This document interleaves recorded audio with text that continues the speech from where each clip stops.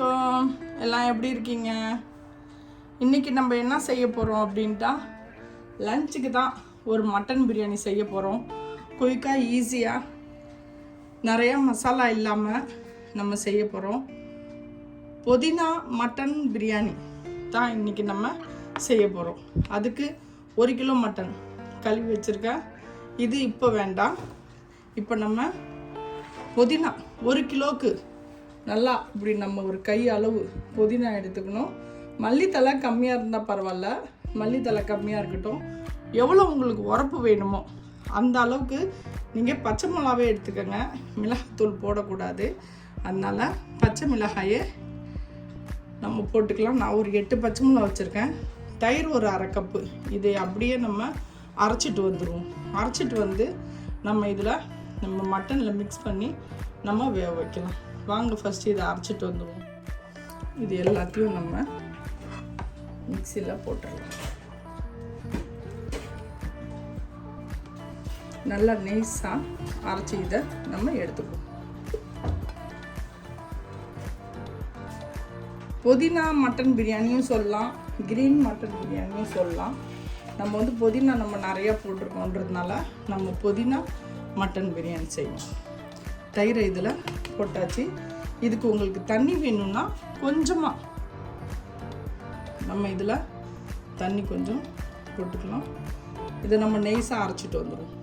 நம்ம இப்போ மட்டனை வேக வச்சுக்கலாம். நம்ம இதில் குக்கரில் மட்டனை போட்டுக்குவோம்.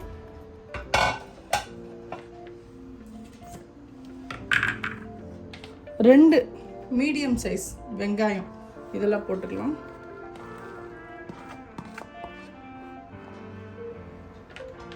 மீடியம் சைஸ் தக்காளி 2 தக்காளி இதையும் இதில் நம்ம சேர்த்துக்கலாம். நம்ம அரைச்சோம் பார்த்தீங்களா புதினா, அதையும் இதில் ஊற்றிக்கலாம்.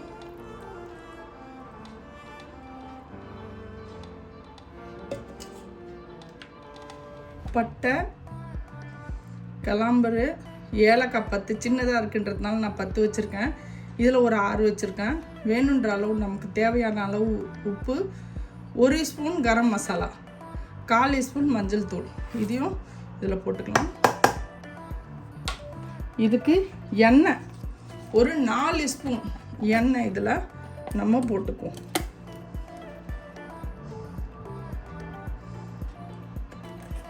இதை இப்போ நம்ம மிக்ஸ் பண்ணிக்கலாம். நம்ம எல்லாம் பிரியாணிக்கு என்ன இஞ்சி பூண்டு 1 ஸ்பூன், 1/2 ஸ்பூன், 1/2 ஸ்பூன் நம்ம இஞ்சி பூண்டு பேஸ்ட்டு.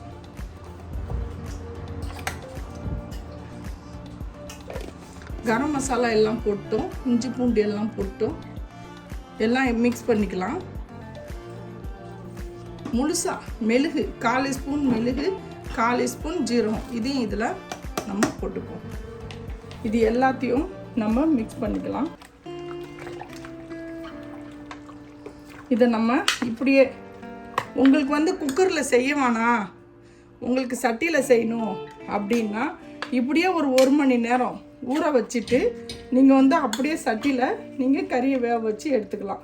அப்படி இல்லை அப்படின்னா குக்கரில் 2 சிட்டி விட்டு எடுத்துக்கலாம். நான் இப்போ இதை இப்படியே ஒரு 1/2 மணி நேரம் மூடி வச்சுட்டு நான் வந்து குக்கர்லேயே நான் 2 சிட்டி விட்டு எடுக்க போகிறேன்.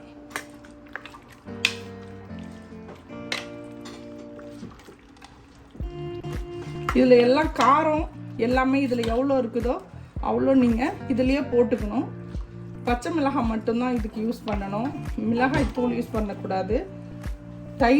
தயிர் கொஞ்சம் நிறையா போட்டுக்கணும். தண்ணிலாம் நான் வேறு எதுவுமே போடலை. நான் குக்கர்லேயே செய்கிறேன்றதுனால நான் குக்கர்லேயே பரட்டி வச்சுருக்கேன். இதை நம்ம சும்மா அப்படி மூடி ஒரு மணி நேரம் இல்லை ஒரு 1/2 மணி நேரம் இப்படியே வச்சுருவோம். அதுக்கப்புறம் நம்ம கேஸில் வைக்கலாம். இதுக்கப்புறம் 1 மணி நேரம் ஆயிடுச்சு. ஃபுல்லாக இதை நான் வச்சுட்டேன். இது நம்ம தண்ணிலாம் எதுவுமே போடக்கூடாது. இதில் தான் நம்ம ஏற்கனவே நம்ம புதினா, தயிர், தக்காளி, வெங்காயம், தண்ணி எல்லாமே அதில் இருக்குது. கரெக்டாக விட்டு இருக்கோம். நம்ம இப்படியே இதை மூடி நம்ம 2 சிட்டி விட்டு எடுத்துக்கலாம். பிரியாணிக்கு நம்ம ரைஸ்க்காண்டி நம்ம தண்ணி வச்சுட்டோம். இதில் நம்ம என்ன போடலான்னா எண்ணெய் மட்டும் போட்டு கூட நம்ம வடித்து பிரியாணிக்கு ரைஸ் செய்யலாம். இப்போ நான் வந்து 2 இலை, கொஞ்சம் புதினா, ஷாஜீரா,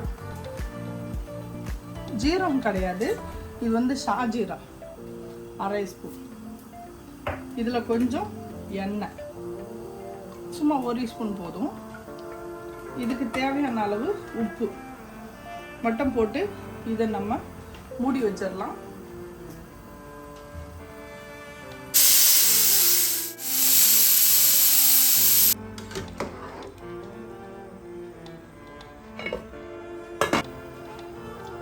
ஒரு அடுப்பில் பிரியாணிக்கு ரைஸ் கொதிச்சிட்ருக்கு. நம்ம குக்கர் எடுத்தோம் பார்த்தீங்களா, அதில் தண்ணி நிறையா இருக்குது. இதை ஃபுல்லாக நம்ம இப்போ சுண்ட வைக்கணும். இது சுண்ட வைக்கும் போதே நான் வந்து ஒரு உருளைக்கிழங்கு, நல்லா பெரிய உருளைக்கிழங்கு இதில் சேர்த்துட்றேன். உங்களுக்கு இது வேணான்னா உருளைக்கிழங்கு நீங்கள் போட்டு பிரியாணி பண்ண மாட்டீங்க அப்படின்னா நீங்கள் ஸ்கிப் பண்ணிவிடுங்க. எங்கள் வீட்டில் எங்கள் பிள்ளைங்க பிரியாணியில் வந்து உருளைக்கிழங்கு போட்டு சாப்பிடுவாங்க, இல்லைன்னா சத்தம் போடுவாங்க, ஏன் பிரியாணியில் ஏன் உருளைக்கிழங்கு போடாமல் விட்டுட்டீங்க அப்படின்ட்டு கேட்பாங்க. அதனால் நான் உருளைக்கிழங்கு போடுறேன். இது மாதிரி 2 அடுப்புலேயே நம்ம 2 வச்சு நம்ம செஞ்சோன்னா சீக்கிரமாக குயிக்காக ஈஸியாக நமக்கு சமையல் வேலை பிரியாணிலாம் முடிஞ்சிடும். குக்கரில் நம்ம எதுக்கு வச்சோம்னா சீக்கிரமாக வெந்துடும் அப்படின்றதுக்காக தான். அதில் போட்ட தண்ணி, அந்த புதினா தயிர் அரைச்சி போட்ட தண்ணியே அதுக்கு நிறையா ஆயிடுச்சு. அதை நம்ம கொஞ்சம் நல்லா கிண்டி விட்டு வச்சு கொஞ்சம் கொதிக்க வச்சு பெரட்டின மாதிரி எடுத்துக்கணும். அதுக்குள்ளே ரைஸும் ஆகிடும், 2 வேலையும் ஆகிடும். தம் கொடுத்துக்கணும். நல்லா கொதிச்சு தண்ணிலாம் சுண்டிருக்கு. ஆனால் இவ்வளோ தண்ணியாவது வேணும், ஏன்னா நம்ம வந்து சோறு போடுவோம்ல, அதில் இழுக்கிறதுக்காண்டி நமக்கு இந்த தண்ணியாவது வேணும். நம்ம இதை இப்போ சைடில் வச்சுக்கலாம். கேஸ் ஸ்லோ பண்ணிக்குவோம். எந்த சட்டியில் ஆக்குறோமோ அந்த சட்டி எடுத்துக்கலாம். இப்போ நம்ம இதில் கொஞ்சமாக ஆணும், மட்டன், உருளைக்கிழங்கெல்லாம் நம்ம எல்லாத்தையும் கீழே போட்டுக்கலாம். ஏன்னா அப்போ தான் அது கொஞ்சம் நல்லா வெந்து வரும். அதனால எல்லா உருளைக்கிழங்கையும் கீழே போட்டுக்குவோம். பாதி மட்டன், கொஞ்சம் நிறையா சால்னா மசாலாவை கீழே போட்டுக்கலாம். நம்ம இந்த மட்டன் மசாலா இருக்குது பார்த்தீங்களா, இதை வந்து நம்ம கொஞ்சம் கீழே நிறையாவே போட்டுக்குவோம். ஏன்னா மேலே அவ்வளோவா தண்ணி இழுக்காது. நம்ம தம் வைக்கிறதுனால நமக்கு கீழே தான் நமக்கு மசாலா வேணும். இதை பாருங்க, அதுக்குள்ளேயே அது கொதிக்குது பாருங்கள். இதை போட்டுட்டு இதில் நம்ம வந்து என்ன செய்கிறோம், பாதி சோறு இதில் போடுறோம்.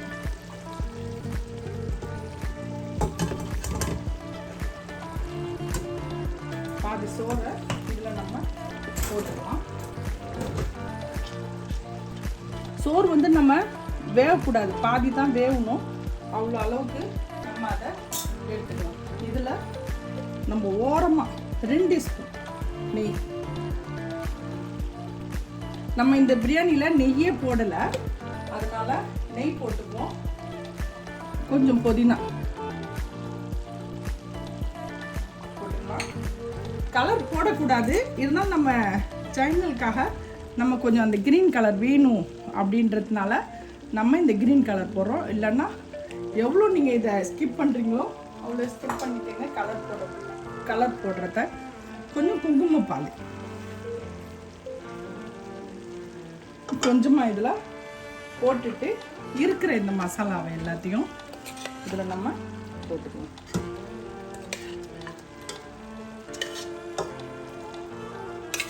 எல்லாத்தையுமே இதில் நம்ம சேர்த்துருவோம்.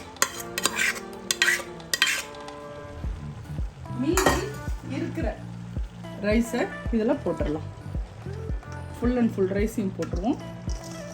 ஏன்னா 1 கிலோ ரைஸ் 1 கிலோ மட்டன் தான் நம்ம செஞ்சுருக்கோம். அதை ஃபுல்லாக நம்ம இதில் போட்டுக்கலாம். நல்லா ஈஸியான ஒரு பிரியாணி இது, டைம் எடுக்காது. நம்ம கறியை வந்து நம்ம குக்கரில் போட்டோம் அப்படின்னா நமக்கு ரொம்ப டைம் எடுக்காது.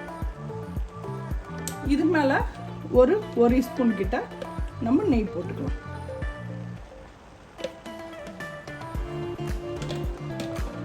அதே மாதிரி மீதி இருக்கிற குங்குமப்பாலையும் இதில் நம்ம ஊற்றிடுவோம்.